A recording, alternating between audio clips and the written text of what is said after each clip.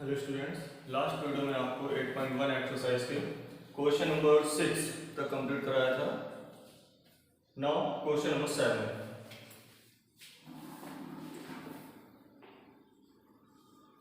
Number में देखिए, question number 7 में कह रहा है cot theta is equal to 7/8।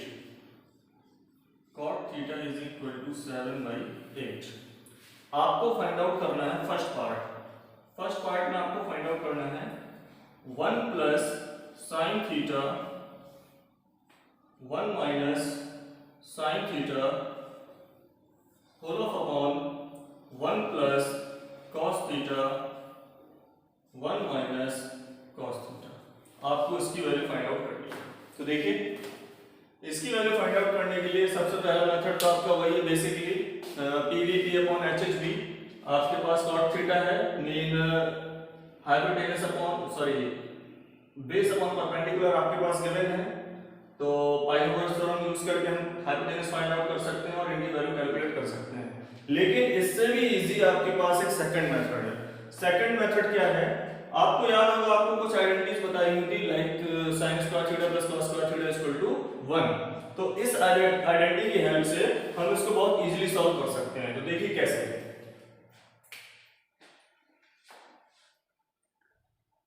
एक आइडेंटिटी होती है a plus B a minus B is equal to a square minus B square. ये आइडेंटिटी आप सभी लोगों ने पढ़ी हुई है। इस आइडेंटिटी की हेल्प से अगर हम इसको सॉल्व आउट करें तो आपके पास क्या बनेगा, 1 का square 1 minus sine theta mean sine square theta. Clear हुआ? सेम एज डिनोमिनेटर में भी 1 माइनस कॉस स्क्वायर थीटा ये बनेगा। ठीक है, हमने आपको आइडेंटिटी में क्या लिखवाया हुआ था? Since sine square theta plus cos square theta is equal to 1। एक बार cos स्क्वायर थीटा को ट्रांसपोज करेंगे तो sin square theta is equal to 1 minus cos square theta होगा, और एक बार sin स्क्वायर थीटा को ट्रांसपोज करेंगे तो cos square theta is equal to 1 minus sin square theta होगा। ये दो आइडेंटिटी आपकी बनी हुई थी। तो आप इन दोनों आइडेंटिटीज का यूज यहां कर सकते हैं। कैसे?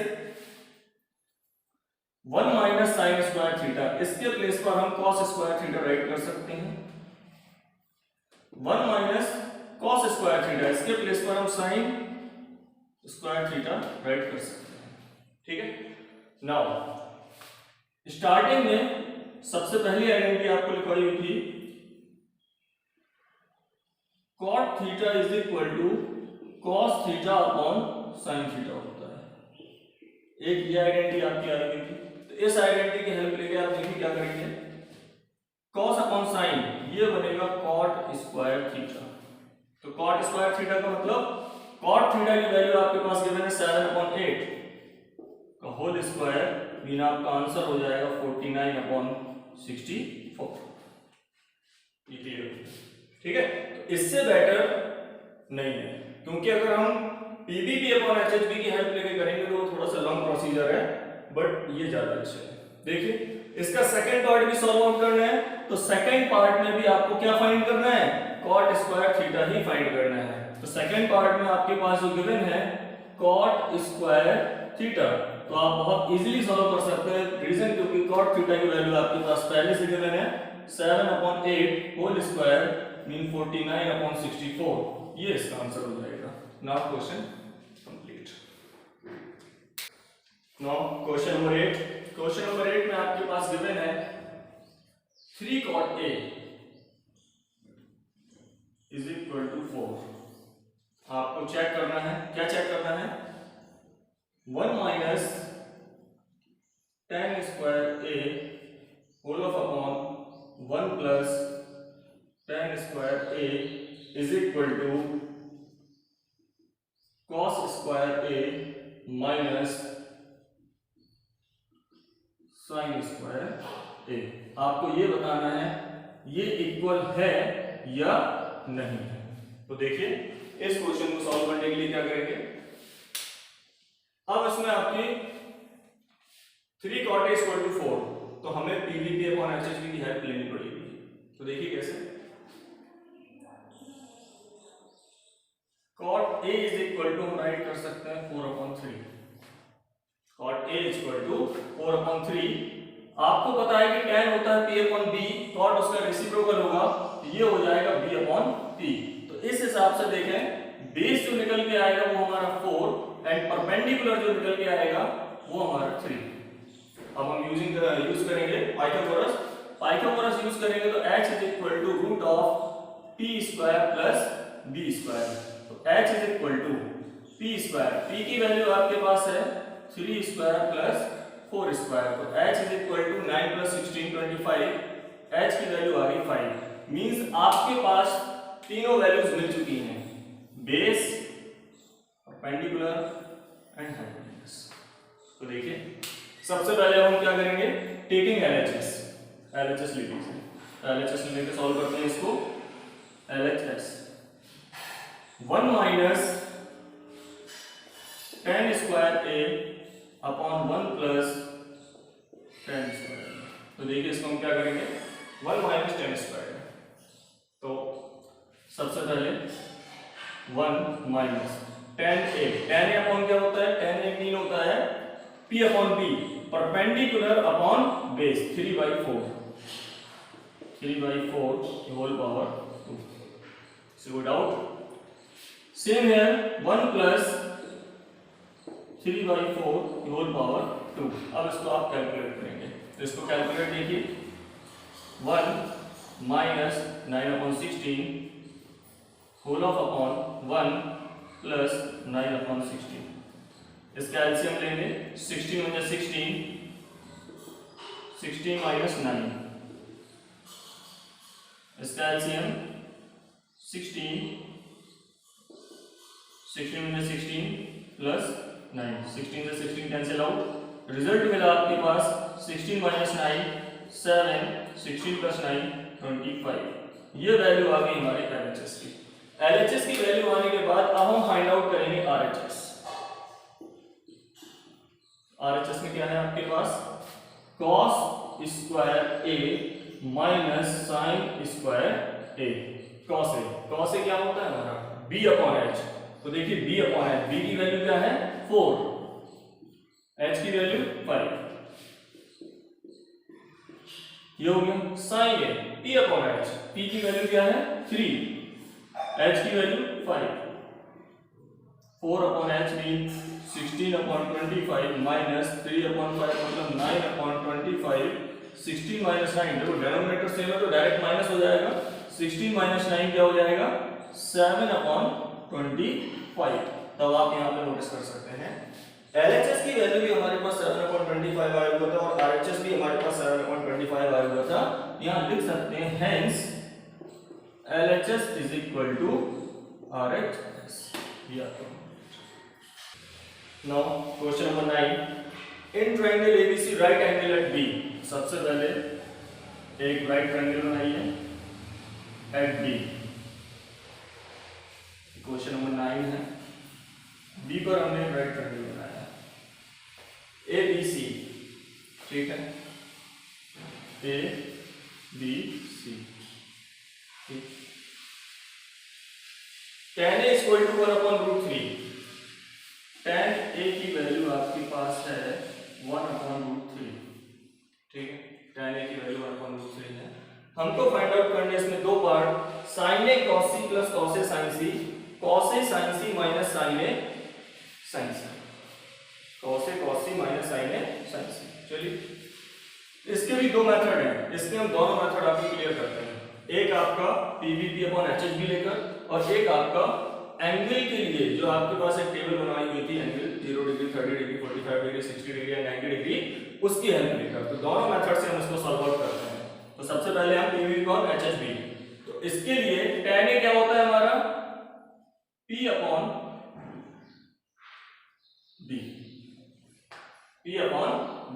तो देखिए perpendicular is equal to 1 and base is equal to √3।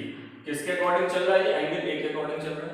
तो एंगल A के अकॉर्डिंग परपेंडिकुलर अपॉन बेस, तो 1, ये 1 की वैल्यू हो गई एंड बेस ये √3, ठीक है। इसके बाद हम क्या करेंगे, AC using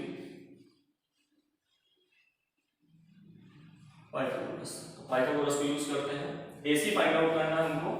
AC is equal to root of क्या होगा, √3 square plus 1 square, 3 + 1 √4 and AC is equal to कितना आ जाएगा 2। AC की वैल्यू आ गई 2। तो देखिए सबसे पहला पार्ट, फर्स्ट पार्ट हमको फाइंड आउट करना है sin A cos C plus cos A sin C। हमको सबसे पहले इसकी वैल्यू फाइंड आउट करनी है। तो देखिए इसकी वैल्यू फाइंड आउट करने के लिए sin A एंगल ये है हमारा A, तो इसके अकॉर्डिंग हमें बात करनी है P/H। A के अकॉर्डिंग परपेंडिकुलर 1 होगा, तो 1/2 इंटू cos C। C के अकॉर्डिंग हमारा क्या बेस 1/2 ही रहेगा, प्लस cos A के अकॉर्डिंग √3/2